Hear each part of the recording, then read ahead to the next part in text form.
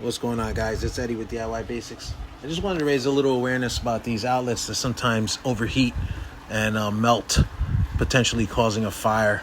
It's happened twice to me already.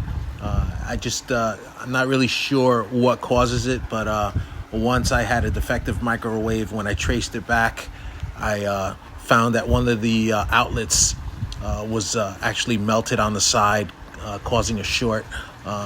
Another one of my tenants reached out and said that there was smoke coming from the outlet.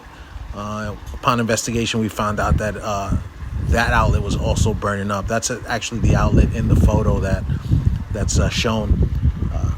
The strange thing about it is that the two outlets that this happened on aren't outlets that were being used very often. So, a lot of times they say the cause could be a loose terminal or something like that. But in this case, it wasn't an outlet that was used often enough to cause that situation.